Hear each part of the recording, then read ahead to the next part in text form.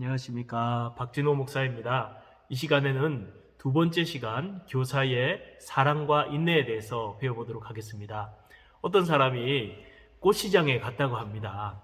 거기 꽃시장에서 난초 하나를 발견했습니다.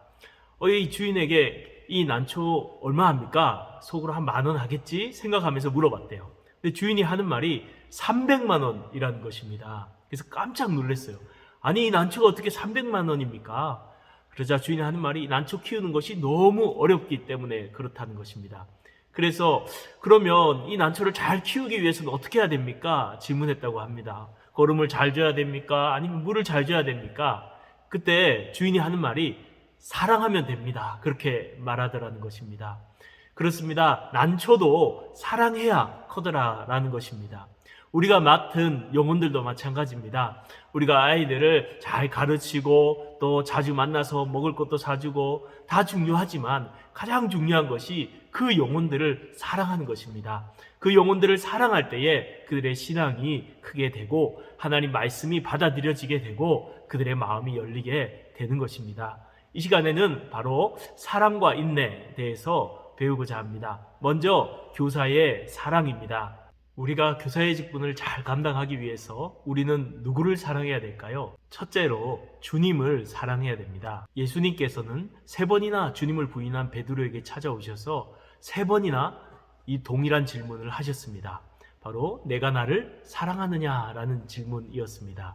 주님은 베드로에게 그를 사명으로 다시 부르실 때에 내가 양떼를 사랑하느냐? 이렇게 질문하지 않았습니다. 내가 나를 사랑하느냐? 이렇게 질문하셨던 것입니다.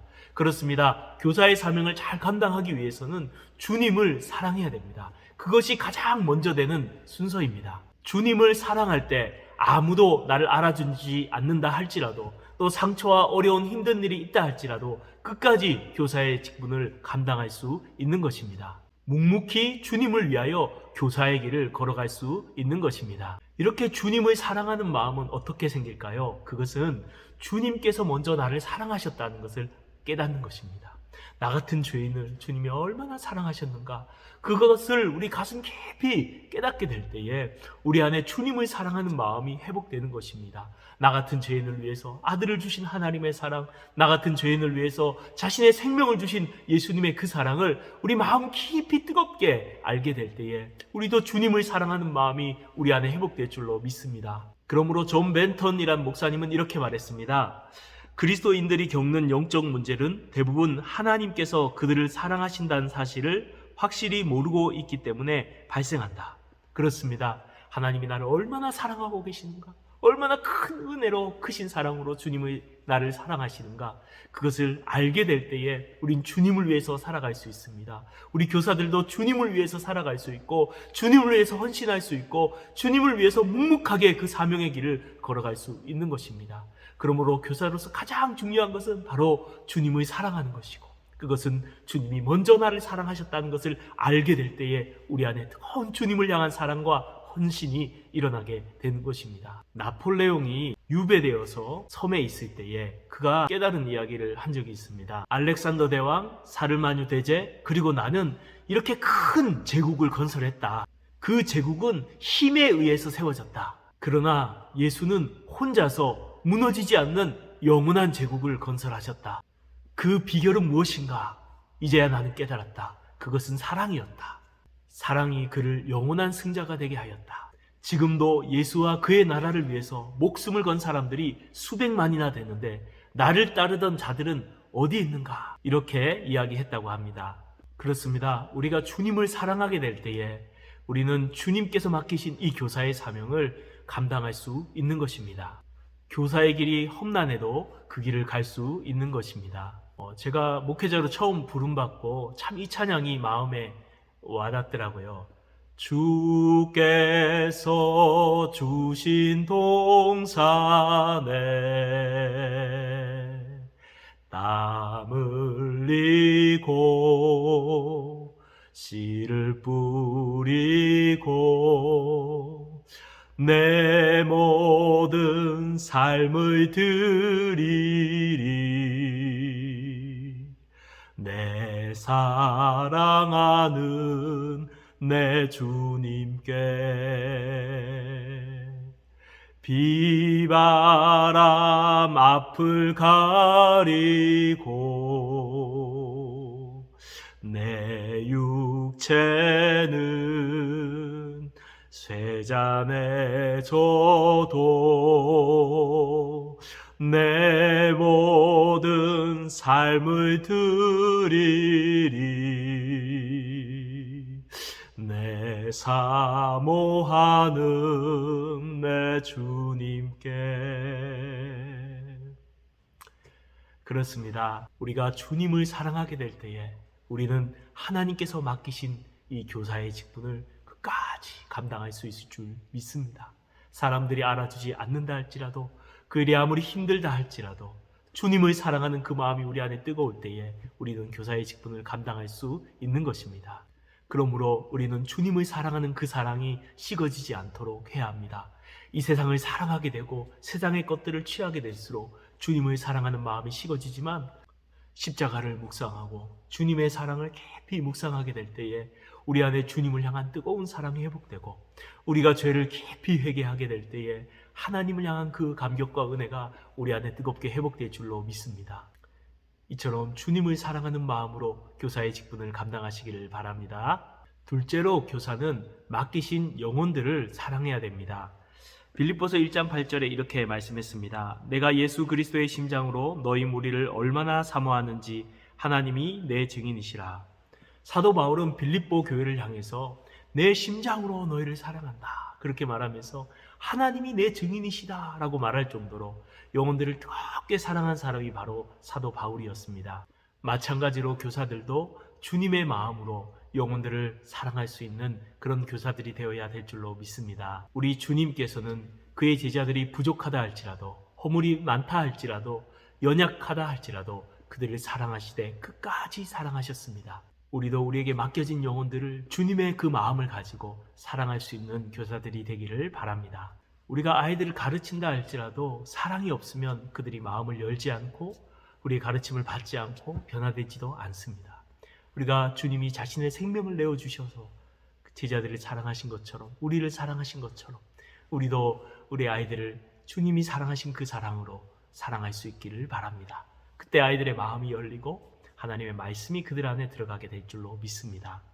아이들이 몰려든다라는 책에 이런 이야기가 있습니다. 부산에 아주 큰 어떤 교회에 한 교사가 있었다고 합니다. 그는 법대 출신 검사였습니다. 그 검사가 주일학교 교사가 되니까 얼마나 부모님들이나 다른 선생님들이 기대가 컸는지 모릅니다. 진로 특강도 해주고, 그리고 자소서 쓰는 것도 도와주고, 그렇게 지도를 했다고 합니다. 그런데 채 1년도 되지 않은 채 교사를 사임했다고 합니다. 그 이유가 교사를 하면서 소모하는 에너지가 너무 크더라는 것입니다. 그래서 교사를 그만두었다는 것입니다. 반면에 부산의 광복동에서 구두 닦기 일을 하시는 분이 교사를 했다고 합니다. 그는 좋은 일자리도 아니었지만은 영혼을 너무나 뜨겁게 사랑하는 교사였습니다. 직접 전도지를 만들어서 아이들을 전도하기도 하고 아이들을 사랑으로 품어줬다는 것입니다. 그 결과 그 반 아이들이 50명이나 부흥했다는 것입니다. 그렇습니다. 교사는 사회적으로 좋은 직업, 그것이 기준이 아니라 정말 영혼을 사랑하는 그 마음, 그것이 아주 교사됨에 있어서 중요한 요소라는 것입니다. 제가 예전에 사역했던 지역에 참 그 지역은 고령화가 아주 심해서 아이들이 아주 적은 지역이었습니다. 주일학교가 계속해서 줄어가는 지역인데 이상하게 거기 고등부 한 반이 계속해서 부흥하는 것입니다. 그래서 너무 궁금해서 제가 그 고등부 선생님에게 면담을 요청했습니다. 선생님, 어떻게 그렇게 그 반이 부흥할 수 있습니까? 알려주십시오. 제가 물어보니까 그 선생님이 이렇게 이야기하시는 거예요. 아이들을 사랑하니까 부흥해요, 목사님. 그러는 거예요. 정말 전에는 안 그랬는데 하나님께 간절히 아이들을 위해서 기도하는데 그 아이들을 향한 사랑하는 마음을 뜨겁게 어느 날 부어주시더래요. 그래서 그 아이들을 위해서 간절히 기도하고 눈물로 기도하고 그 아이들을 사랑함으로 대하기 시작했다고 합니다. 그 아이들을 위해서 진심으로 기도하고 또 그 아이들에게도 카톡도 하는데 잘 안 나온 아이들도 친한 아이들끼리 묶어가지고 카톡방을 만들어서 그 아이들에게 계속 꾸준히 카톡을, 진심 어린 문자를 사랑을 담아서 이렇게 보냈다는 거예요. 그러니까 그 문자에 답을 안 하던 녀석이 한 녀석, 두 녀석 짧게 답을 하기 시작하고, 그렇게 또 아이들과 교제하면서 그 톡에 모이는 아이들과 함께 개인 사비를 들여서 식사도 하고, 그렇게 아이들과 만나는 시간들을 퇴근 후에도 계속해서 가지면서 아이들과 이렇게 친해지고, 그러면서 그 친구들이 또 안 믿는 친구들을 데려오고, 그러면서 이렇게 부흥했다는 것입니다. 그러면서 그 선생님이 하는 말이, 목사님, 아이들을 정말 사랑하니까 하나님이 부흥을 주셨어요. 그 말을 듣고 제가 참 감동한 적이 있습니다. 그렇습니다. 교사 선생님도 우리에게 필요한 것이 바로 영혼을 사랑하는 마음입니다. 예수님이 그 아이들을 바라볼 때 얼마나 사랑스러운 영혼이에요. 우리도 그 예수님의 마음으로 그 아이들을 볼 수 있도록 함께 기도합시다. 하나님, 우리 마음에도 영혼들을 사랑하는 마음 주세요. 아이들을 진심으로 사랑하는 마음, 예수님의 마음으로 그들을 바라보게 해주세요. 그래서 그 아이들을 진심으로 사랑하고 나아가면 어떻게 그 아이를 대해야 될지 지혜도 생기고 방법도 생기고 프로그램도 깨달아지고, 그렇게 아이들을 돌보고 케어해 나갈 때 하나님께서도 우리 주일학교에도 부흥을 주실 줄로 믿습니다. 그렇습니다. 우리 교사 선생님들이 주님을 뜨겁게 사랑하고, 그리고 주님이 너무 사랑하는 저 아이들, 주님의 마음을 가지고 그 아이들 영혼들도 뜨겁게 사랑하기 시작할 때 하나님의 놀라운 변화의 역사가 우리 아이들에게도 일어나게 될 줄로 믿습니다. 이 사랑의 마음을 달라고, 주님 사랑, 영혼 사랑의 마음을 달라고 간절히 우리가 기도하고 간구할 수 있기를 주님의 이름으로 축복합니다. 사랑 다음으로 두 번째 교사에게 필요한 것은 인내입니다. 사랑은 오래 참고, 그렇죠. 사랑의 한 덕목이 바로 인내, 오래 참음이라는 것입니다. 교사의 직분을 끝까지 잘 감당하기 위해서는 바로 인내가 필요합니다. 먼저 영혼들을 향한 인내가 필요합니다. 시편 126편 5절 6절에 눈물을 흘리며 씨를 뿌리는 자는 기쁨으로 거두리로다. 울며 씨를 뿌리러 나가는 자는 반드시 기쁨으로 그 곡식단을 가지고 돌아오리로다. 아이들을 향해서 교사들은요, 인내를 가져야 됩니다. 오래 참아야 됩니다. 이거 알고 있지만 막상 교육 현장에 가면 아이들이 이렇게 사랑받을 만하게 행동 안 하는 경우가 참 많습니다. 마치 교사 혼자 짝사랑하는 것처럼 느껴지고, 아무리 사랑해도 아이들이 변하지 않는 것처럼 생각될 수 있습니다. 때로는 무례하게 행동하고 무례한 말을 하기도 합니다. 그래서 지치게 되고 상처를 받기도 합니다. 그럼에도 불구하고 그들을 사랑하고 그 사랑으로 교사들은 오래 참아야 됩니다. 가만히 생각해 보십시오. 이 아이들의 모습이 우리 모습은 아니었습니까? 이전에 우리가 주님께 얼마나 무례하게 행동했습니까? 얼마나 주님의 마음을 아프게 해드렸습니까? 그럼에도 불구하고 주님은 오래 참으심으로 우리를 기다리고 기다리셨습니다.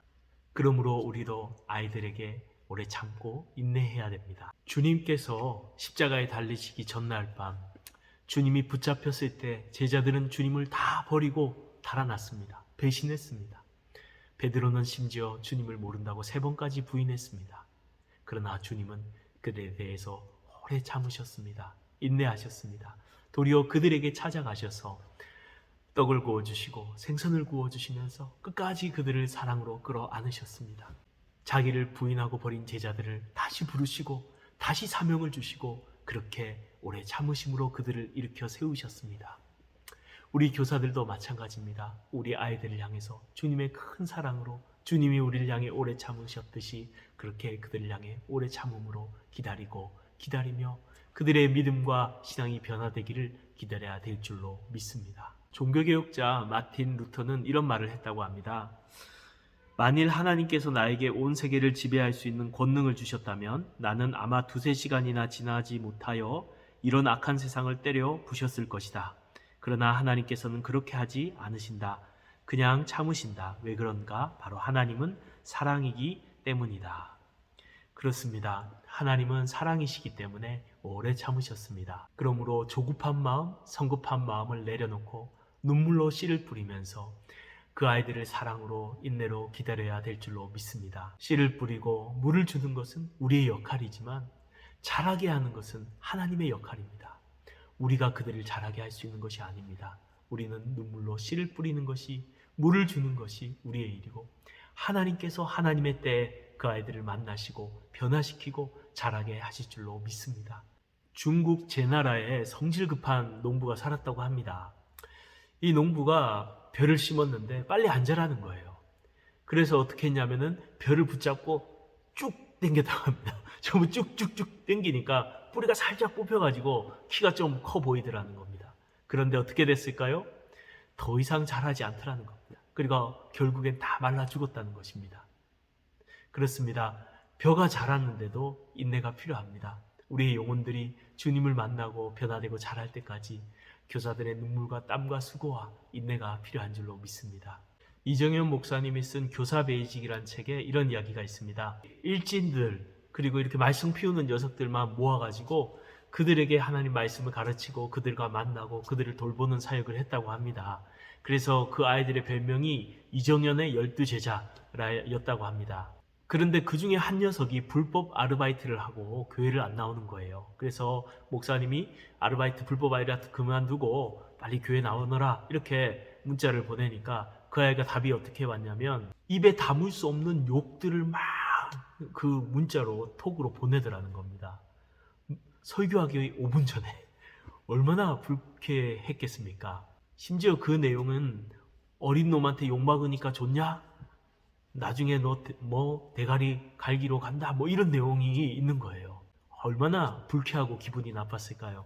그것을 알고 나머지 일진 아이들 11명이 목사님 손 좀 볼까요? 그러는 거예요. 나름 감사한 제안을 한 거죠. 그런데 이 목사님이 하는 말이 그렇게 한다고 이 아이가 바뀌겠니?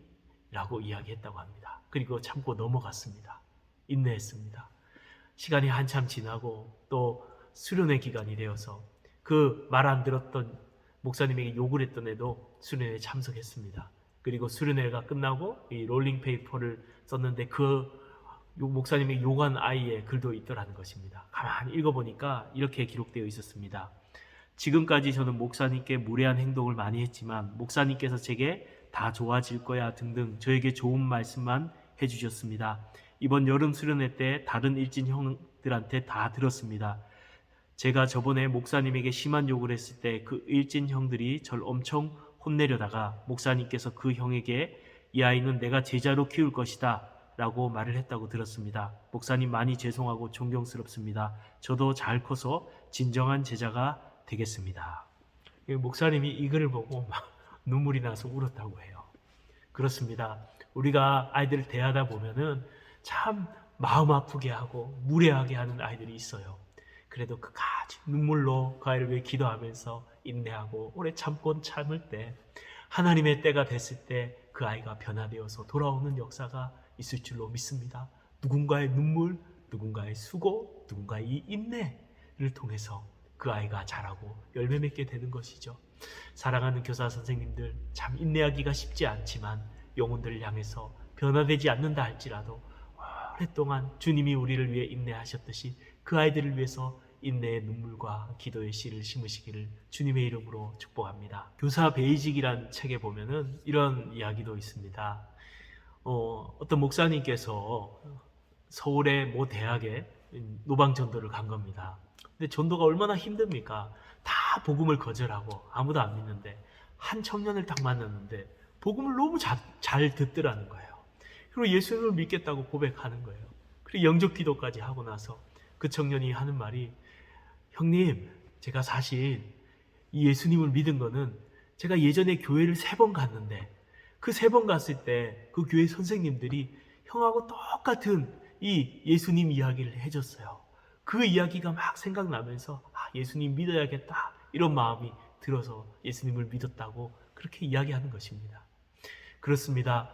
씨는 오래전에 뿌려졌지만 하나님의 때가 될 때에 추수하고 열매 맺고 거두는 역사가 있을 줄 믿습니다. 지금 당장 아이들이 변하지 않는다 할지라도 낙심하지 말고 계속해서 눈물로 씨를 뿌리고 복음을 전하고 가르치고 인내할 수 있기를 바랍니다. 그러할 때 하나님의 때에 이 아이들이 변화되는 역사가 있을 줄로 믿습니다.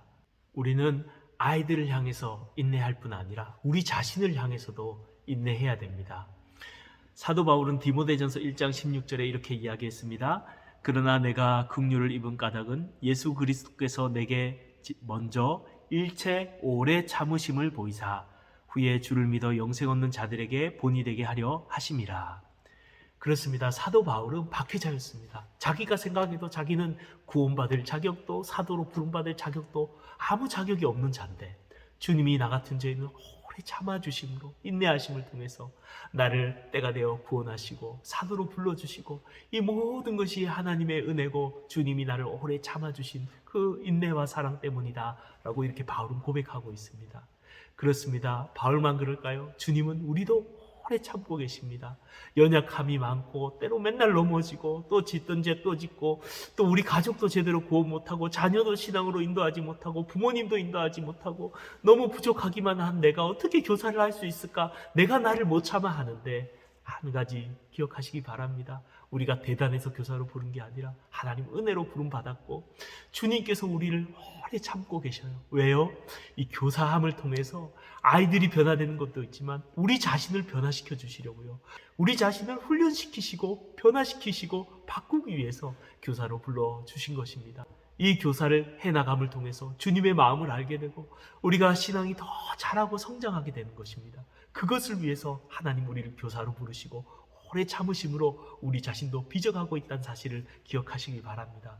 그러므로 내 자신의 연약한 모습을 보고 절망하거나 낙심하거나 자격이 없다 생각하지 말고 주님이 나를 바라보시는 그 눈으로 나를 볼 수 있기 원합니다. 나를 향한 인자함, 나를 향한 은혜, 나를 향한 오래 참음, 나를 향한 하나님의 계획과 훈련, 그것이 이 교사의 과정 속에도 들어있다는 것입니다. 제가 농담 삼아 하는 이야기가 있어요. 하나님이 왜 나를 목사로 삼았는지 아느냐? 평신도로 놔두면 새벽 기도도 빠지고 수요 예배도 빠지고 봉사도 빠지고 그럴까봐 하나님이 기도 생활 열심히 하고 그 다음에 주의 봉사 열심히 하도록 하려고 목사로 딱 묶어놓으셨다. 어느 정도 정말 맞는 것 같습니다. 그 하나님께서 섬기는 일로 부르셨기 때문에 더 기도하게 되고 더 몸부림치게 되고 그것 때문에 더 내 신앙이 자라는 것을 보게 됩니다. 교사도 마찬가지죠. 교사는요, 다른 영혼들을 섬기기 위해서 부른 것도 있지만 내 자신을 더욱 훈련하시기 위한 하나님의 훈련 과정인 것입니다. 이 교사의 섬김을 통해서 우리의 신앙이 아이들과 함께 아름답게 예수 그리스도를 향해서 자라갈 수 있기를 주님의 이름으로 축복합니다. 참고로 한 가지 더 말씀드리면 알쓸기교라는 이 유튜브 채널에 보니까 참 도움이 될 만한 내용이 있어서 함께 나누려 합니다. 교사를 그만두고자 하는 분들에게 이런 내용이 있더라고요. 참 연말이 되면 이제 교사 그만해야겠다 그런 마음이 드는 분들이 있을 것입니다. 그런 분들에게 교사를 그만두기 전에 두 가지를 점검해 보시라 그렇게 이야기합니다. 첫째는 정말 내가 교사로서 최선을 다해 봤는가, 그 교사로서의 목양의 기쁨을 누려봤는가 하는 것입니다. 정말 여러분, 우리가 최선을 다해서 주님을 위해서 교사를 최선을 다해서 해봤는가 우리 자신에게 질문해야 됩니다. 정말 내가 최선을 다할 때 정말 아이들을 위해서 눈물로 기도하고 그들을 만나서 신방하고 말씀을 잘 준비해서 가르치고 정말 최선을 다할 때 어떤 일이 일어날까요? 한번 해보십시오. 어떤 일이 일어날까요? 놀라운 하나님의 역사 있을 겁니다. 거기서 아이들이 변화되어지는 과정을 보고 성장하는 과정을 보면서 오는 그 목양의 기쁨이 세상의 그 어떤 기쁨과 비교할 수 없는 기쁨이 거기 있습니다.